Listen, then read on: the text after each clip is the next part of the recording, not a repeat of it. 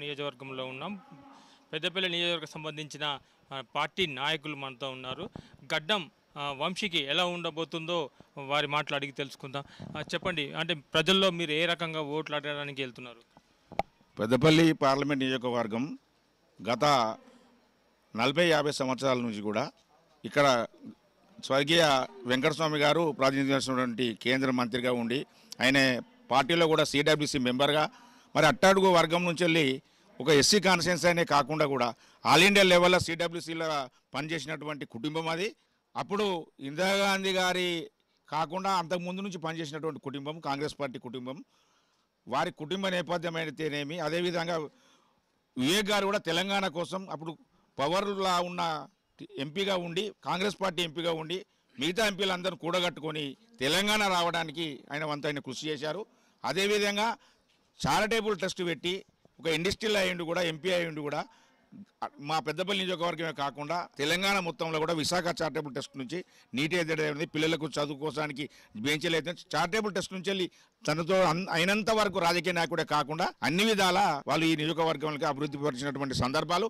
అందులో ముఖ్యంగా సింగరేణిలో పెన్షన్ విధానాన్ని తీసుకొచ్చింది కార్మిక మంత్రి, కేంద్ర కార్మిక మంత్రిగా వెంకటస్వామి గారికి దక్కింది. అదేవిధంగా ఆర్ఎఫ్సిఐ తన హయాంలో తెరవడం జరిగింది. తర్వాత బంద్ చేస్తే వేరే పార్టీలు పాలనలో ఉన్నా మళ్ళీ ఆయన ఎంపీగా ఒక పార్లమెంట్ ప్రో లీడర్గా ఆర్ఎఫ్సిఐ రావడానికి కారణం కూడా వివేక్ గారి కృషి, అదేవిధంగా వెంకటస్వామి గారి కృషి, ఇక్కడ మంత్రిగా ప్రాతినిధిస్తున్న మా శ్రీధర్ బాబు గారి కృషితోటే మళ్ళీ ఆర్ఎఫ్సిఐ కాంగ్రెస్ పార్టీ తరఫున రావడం జరిగింది. దానికి మీరు ప్రజల్లో బట్ట ఏ రకంగా ఓట్లు అడగడానికి వెళ్తున్నారు? మీకు ఎలా ఉంది, స్పందన ఎలా వస్తుంది? వెంకటస్వామి గారి కుటుంబం అనే ఫస్ట్ ప్రయారిటీ అనేది ఒక వంత అయితే, కాంగ్రెస్ పార్టీకి సంబంధించిన కార్యకర్తలను కూడా మొన్న జరిగినటువంటి ఏదైతే అసెంబ్లీ ఎలక్షన్లో పెద్దపల్లి పార్లమెంటు 7 స్థానాలు మంచి మెజార్టీతోటి అందరూ ఎవరు కూడా 60,000 నుంచి మొదలైతే 30,000 వరకు చేసినట్టు. అదేవిధంగా వాళ్ళిద్దరూ ఎమ్మెల్యేగా గెలవడం జరిగింది.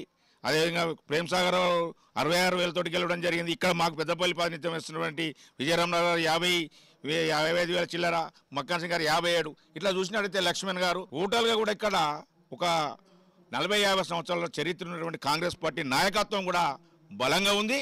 వెంకటస్వామి గారితో పనిచేసినటువంటి నాయకత్వం కూడా ఈయాటి వారు కూడా తొలగకుండా ఎంతమంది వచ్చినా పేనా కాంగ్రెస్ పార్టీని మరి వాళ్ళ పార్టీ ఆదేశాల వరకు పనిచేసినటువంటి మాలాంటి చాలామంది వందల మంది ఈ నియోజకవర్గంలో ఉన్నారు.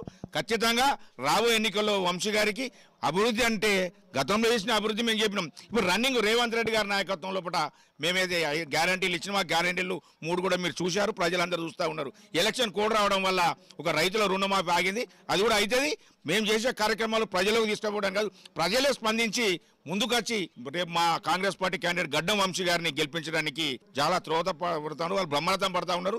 భారీ మెజార్టీతోటి ఖచ్చితంగా గెలుతారన్న విశ్వాసం మాకుంది. మీరు చెప్పండి, అంటే ఇప్పుడు ఈ హామీలు ఏదైతే ఇచ్చారో మీరు ఇచ్చిన 6 హామీల దాంట్లో 6 నెరవేరలేదని చెప్పేసి కొంతమంది మన బీజేపీ పార్టీ శ్రేణులు, ఇటు బీఆర్ఎస్ పార్టీ శ్రేణులు చెప్పుకొస్తున్నారు. దానికి మీరేమంటారు? మరి ముఖ్యంగా ఇప్పుడు పెద్దపల్లి పార్లమెంట్ పరిస్థితిని తీసుకున్నట్టయితే 6 గ్యారంటీలు అంటే 100 రోజుల పాలన ఈ ఎలక్షన్ రెఫరెండం అని మేము ముందుకు పోతా ఉన్నాం. అందులో ఏమాత్రం డౌట్ లేదు. 6 గ్యారంటీలు ఇచ్చారు. 6 గ్యారంటీల్లో ఇప్పటి వరకు 5 అమలైపోయినాయి. కాబట్టి మేము భారీ మెజార్టీతో వంశీబాబును ఈ పెద్దపల్లి పార్లమెంట్లో గెలిపించుకోబోతున్నాం. ముఖ్యంగా దీనికి కారణం ఏంటంటే పెద్దపల్లి పార్లమెంటు కాంగ్రెస్ కంచుకోట. ఒకప్పుడు వారి తాతగారు అయినటువంటి వెంకటస్వామి గారు ఈ ఒక 5 దఫాలుగా ఎంపీగా, ఒకసారి ఎమ్మెల్యేగా, ఆ తర్వాత సెంట్రల్ మినిస్టర్గా చేసిన అనుభవం ఉన్నది. దాంతోపాటు వంశీ గారికి వారసత్వంతో పాటు సర్వీస్ ఓరియంటెడ్ అంటే మన విశాఖ చారిటబుల్ ట్రస్ట్ ద్వారా అనేక సేవా కార్యక్రమాలు పెద్దపల్లి పార్లమెంట్ నియోజకవర్గంలో చేయడం జరిగింది. దీని ద్వారా ప్రతి విలేజ్లో వారికి క్యాడర్ ఉంది.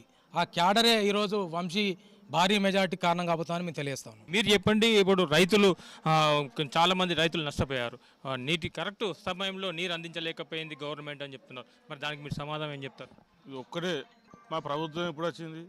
ఎండాకాలంలో మా ప్రభుత్వం వచ్చింది. నీళ్లు లేని సమయంలో ప్రభుత్వం వచ్చిన వాళ్ళు మమ్మల్ని నిందిస్తే ఎట్లా?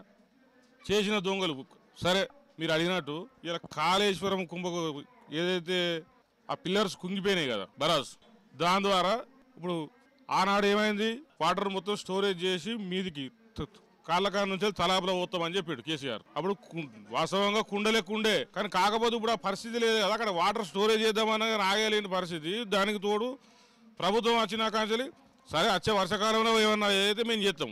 ఇవాళ మా దగ్గర చూడండి, ఇవాళ మా ఎమ్మెల్యే గారి కృషితోని టేలెంట్ ప్రాంతం కూడా మొత్తం సస్యశ్యామలంగా వండుతుంది. అంటే వాటర్ లేని సమయంలో కూడా మా శాసనసభ్యులు SRSP వాళ్ళతోని ప్రెషర్ తీసుకొచ్చి మా దగ్గర శ్రీరాంపూర్ టేలెంట్ వరకు ఈసారి పంటలు సమృద్ధిగా పండినాయి. మా దగ్గర ఎటువంటి నష్టం లేదు పంటలకు. మీరు ఏ రకంగా వాళ్ళను ఓట్లు అడుగుతారు? రైతులు మీకు ఎలాంటి సమాధానం చెప్తున్నారు ఇప్పుడు?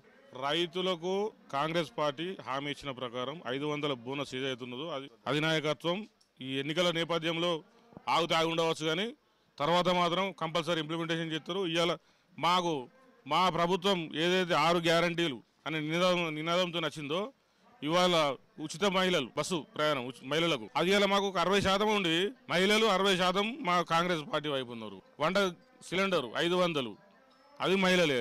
ఉచిత 200 యూనిట్లు ఫ్రీ గృహజ్యోతి అది ప్రజలు మొత్తం కాంగ్రెస్ వైపు ఉన్నారు. వేరే పార్టీలకు ఆస్కారం ఎక్కడిది ఇక్కడ? అసలు వాళ్ళు కలగంటారు, కానీ పెద్దపల్లి పార్లమెంట్లో కాంగ్రెస్ పార్టీ కంచుకోట ఏదో అడపదడప ఉన్న ఏదో బాలకసుమను వాళ్ళు వచ్చిర్రు.